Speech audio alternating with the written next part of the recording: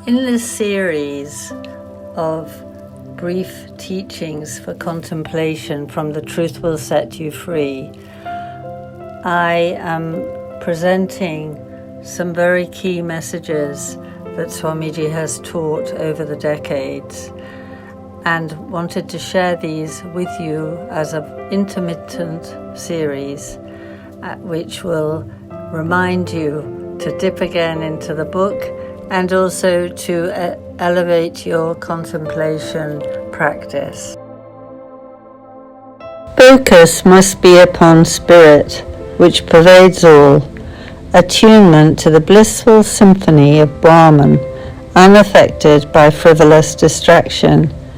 Time and energy are devoted to contemplation and striving for samadhi, which is the holding of reality.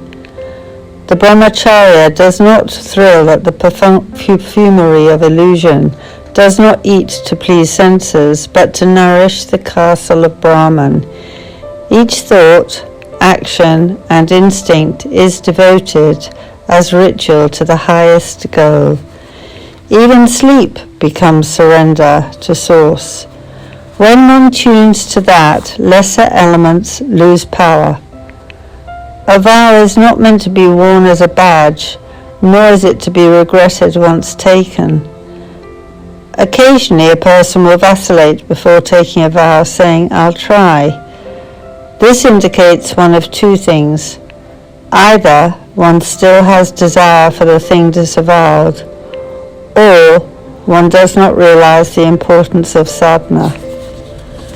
The green apple does not taste the same as the red, and neither green nor red is the taste of the yellow apple. What are colour and taste if not properties of energy? As vibrations of light through a prism transform into colour, differing waves of energy form taste. All apples are similar due to common qualities and components: minerals, enzymes, vitamins, carbohydrates, water, and specific atomic structure of organized matter, which separates them, for instance, from oranges. One may crave yellow vegetables for need of particular vitamins, or one may be getting the red signal. Beets, cherries, radishes, cabbage, tomatoes, and watermelon may seem dissimilar, but all have antiseptic properties of the colour red. Green can calm nerves both visually and when eaten. A room-painted green soothes the eyes, creating an inner peace that is conducive to relaxation. Green vegetables do internal work through nerve-nourishing vitamins and minerals. The purpose of this colourful exercise is merely to illustrate that one is affected by seemingly insignificant nuances of energy. And then there are strawberries, which delight the heart.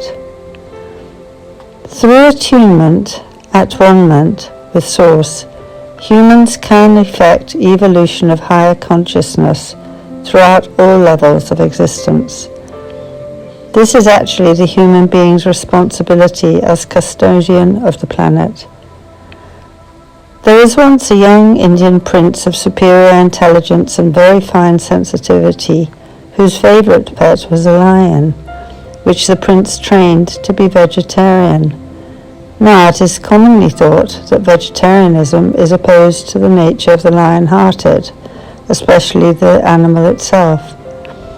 Perhaps this was a superior lion, but it is more likely that the animal responded to the power of enlightened love which reflected upon it.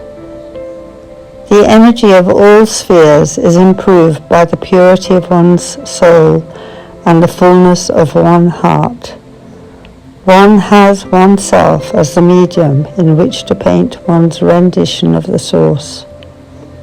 Om means yes to the highest, the opening of the heart to the infinite.